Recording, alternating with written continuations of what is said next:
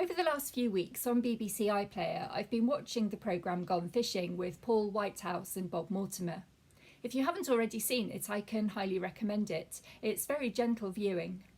These two comedians both had serious heart problems a few years ago, and this programme is in part a response to that experience.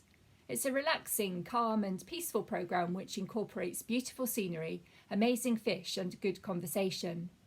The two friends talk about life and its meaning, the things they've come to understand as they've grown older, and the ways in which their priorities and focus have changed, in particular since their health scares.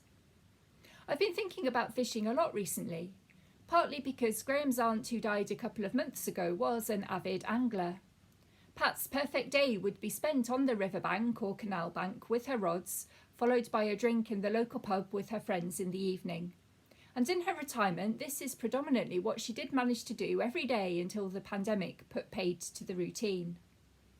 I didn't really appreciate her love for fishing until I started to watch Gone Fishing myself. I didn't realise that different fish respond in different ways. So part of the skill of the angler is to know what equipment to use and where to go and how to approach the fish. I didn't realise that there are times when you can reel in the rod, but there seem to be more times when you need to stop winding.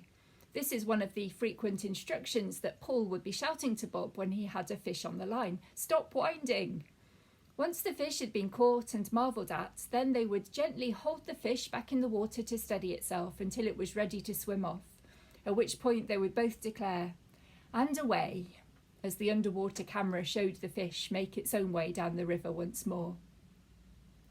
The other day I was reading the story of the call of the first of Jesus' disciples in the Bible, in Mark's Gospel. There's a famous line in that story. Jesus sees the fishermen on the shore. Some of them are fishing and some of them are mending their nets. And he says, "Follow me and I will make you fish for people."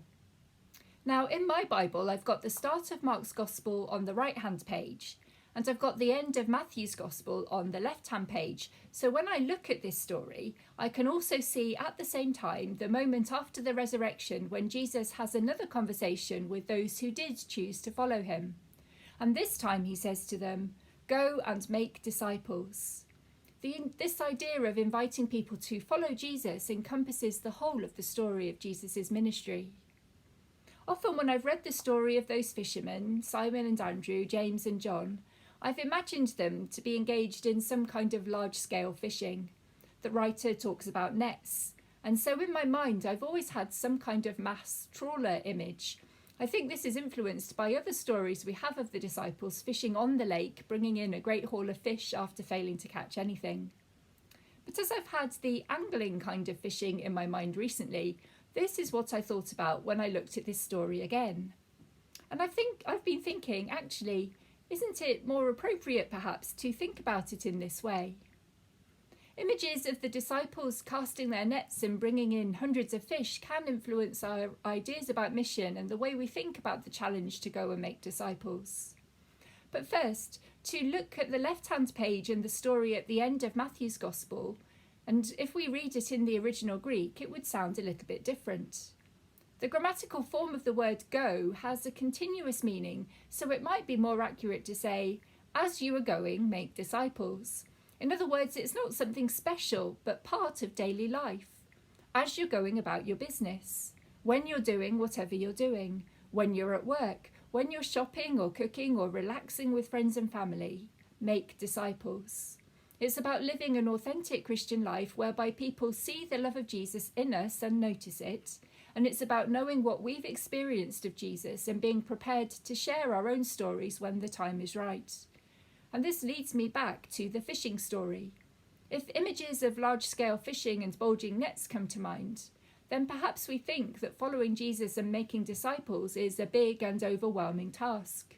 And we might hear Jesus' words at the end of Matthew's Gospel and think that go means organising special events and rallies and doing things that are not within our ordinary experience.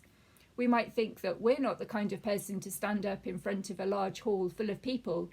We might think we're never going to bring in a net full of fish, and so it isn't for us. But I've actually been thinking, when Jesus calls us to go fishing for him, isn't it more like the angler with the line? Isn't it more generally going to be about the patient, quiet, gentle, prayerful waiting with full attention for that one fish to be drawn in? Isn't it going to be about authentic relationships and friendships that develop over years? About meeting people where they are and learning what they need and trying to be there to respond? I've been to big rallies, which I've sometimes enjoyed, and on occasion I have felt the nudge of God in the middle of those events. But actually, the people who have helped me most to learn about Jesus and choose to follow him are those patient anglers who have known me and loved me and cared for me and talked to me. Theirs are the faces that come to mind when I think about how I have heard the call of Jesus to follow. So when we accept the invitation to follow Jesus, we might not realise it, but we're actually agreeing to take up fishing. Jesus calls us to follow him and then to stand on the riverbank and cast the line out, gently, patiently waiting for that one fish to be drawn into the knowledge of God's love and embrace.